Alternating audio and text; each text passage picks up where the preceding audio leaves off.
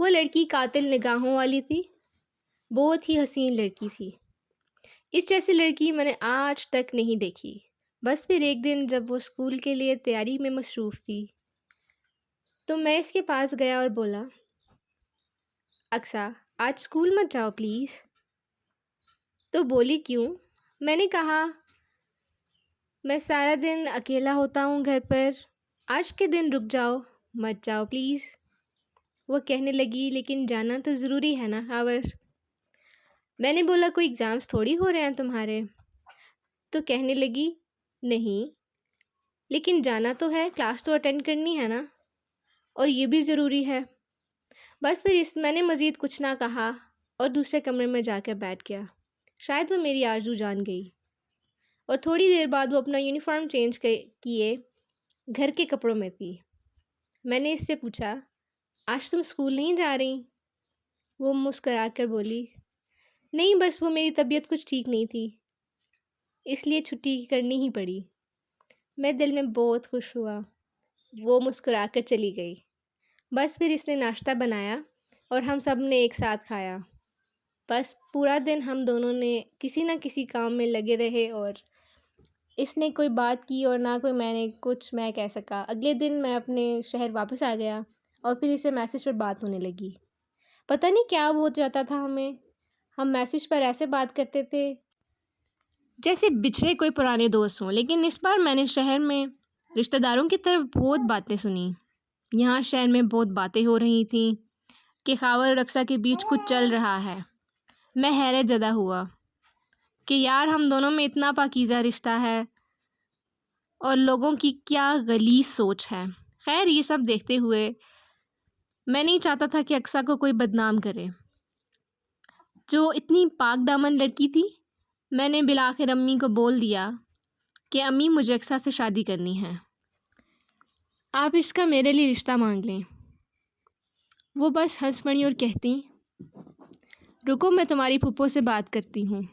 جب انہوں نے پھپھو سے بات کی تو پھپھو بہت ہنسی اور بہت خوش ہوئیں۔ شاید وہ بھی ہم دونوں کو اسی نظر سے دیکھتی تھیں کہ خاور اور اقصیٰ کی شادی کر لیں۔ انہوں نے کہا اچھا رکو میں اقصیٰ کی ماں سے بات کرتی ہوں۔ بس انہوں نے اپنی بیٹی سے بات کی اور پھر میری امی نے اقصیٰ کی امی کو کال کی اور پوری بات کی کہ ہم آپ کی بیٹی کا رشتہ چاہتے ہیں۔ اب وہ مجھ سے 4 سال چھوٹی تھی اور شاید وہ اتنی چھوٹی کا کرنا نہیں چاہتے تھے۔ اس وقت میری عمر 19 سال تھی۔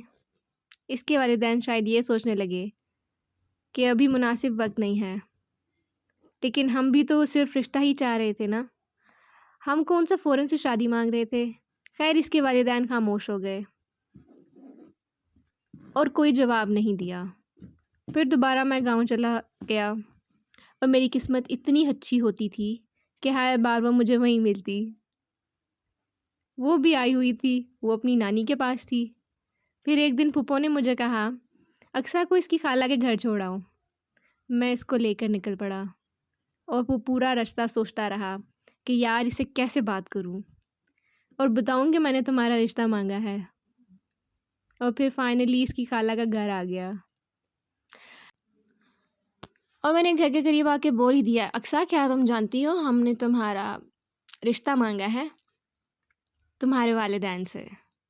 وہ بولی اچھا مجھے تو نہیں پتہ تھا۔ مجھے تو اتنا پتہ ہے کہ میرے بڑے بھائی اور آپ کی چھوٹی بہن کا رشتہ مانگا گیا تھا۔ اس کا بھائی اور میری بہن کی بات چل رہی تھی۔ پھر میں نے اسے کہا نہیں یار میں نے بھی تمہارے لیے بولا ہے اور آفیشلی مانگا ہے رشتہ۔ وہ اچھا کہہ کر خالہ کے گھر چلی گئی۔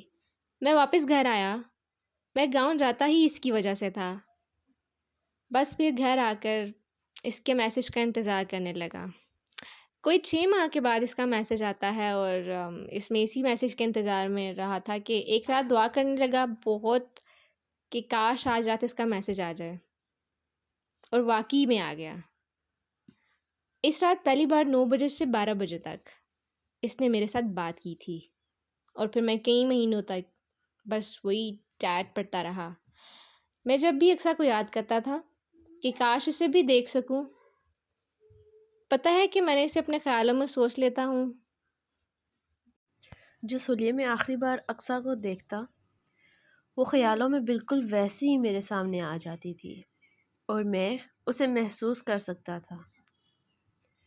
بس پھر کچھ مہینے گزر گئے اور ہم دونوں کی فیملیز میں کچھ مسائل ہو گئے، بڑوں میں ان بن ہوئی، تو میرے والد صاحب نے منع کر دیا کہ نہ ہی بیٹی دیں گے اور نہ ہی لیں گے۔ یہ سن کر میں بہت پریشان ہو گیا کہ یہ کیا بات ہوئی۔ میں اور اقصیٰ جو اتنا چاہتے ایک دوسرے کو، اس کا کیا بنے گا؟ یہ بات کرنے کے لیے میں نے اسے بات کی۔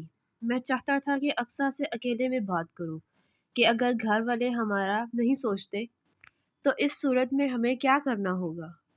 یہ بات کرنے کے لیے میں نے اقصیٰ سے بات کی۔ میں نے کہا، اقصیٰ، میں نے بہت ضروری بات کرنی ہے تمہارے ساتھ اور میں تم سے ملنے آ رہا ہوں۔ محرم کی 2 چھٹیاں ہو گئی۔ میں نے فوراً اسے تیاری کی اور دوست کے ساتھ نکل پڑا۔ رستے میں نے روزہ کھولا جو کہ محرم کا روزہ تھا اور ہم دونوں کے لیے بہت دعائیں کی۔ بس وہاں پہنچا تو آگے دیکھا کہ اقصیٰ موجود ہی نہیں۔ میں نے پھپھو سے پوچھا، آپ اکیلی ہیں، اقصیٰ کدھر ہے؟ وہ کہنے لگی، وہ تو نہیں آئی۔ میں اس کا انتظار کرنے لگا۔ پورے 2 دن انتظار کرتا رہا، نہیں آئی۔ میں بہت پریشان ہوا اور پھر واپس گھر آ گیا۔ گھر آ کر اس کے میسج کا انتظار کیا۔ اس کے میسج آنے پر میں نے پوچھا، اقصیٰ، تم کیوں نہیں آئی؟ میں نے تمہارا بہت انتظار کیا۔ وہ بولی، بس میرا دل نہیں تھا آنے کا تو اس لیے نہیں آئی۔ میں نے کہا، اقصیٰ، ایسے کیسے؟ ایک لڑکا تمہارے لیے بنا دن رات دیکھے اتنا سفر کر کے آیا اور تم 10 منٹ کا فاصلہ نہیں طے کر سکتی تھی؟ ہم دونوں کے لیے بہت ضروری بات کرنی تھی۔ وہ بولی، خاور، میرا دل نہیں ہے تو بس نہیں آئی۔ اب آپ بحث کرنا چھوڑ دو۔ مجھے اس کی یہ بات سن کر بہت افسوس ہوا کہ یار، یہ کیا بات ہوئی؟ وہ ایسا کیسے کر سکتی ہے؟ اس نے کیوں اگنور کیا مجھے؟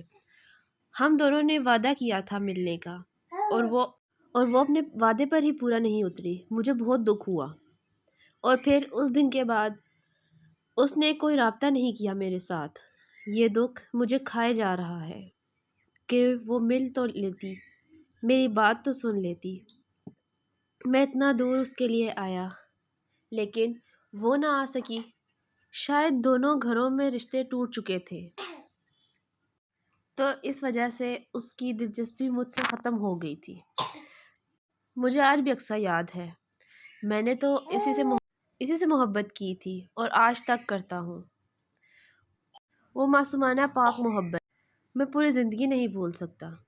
وہ ہماری نادان عمر کی محبت تھی جو آج تک یاد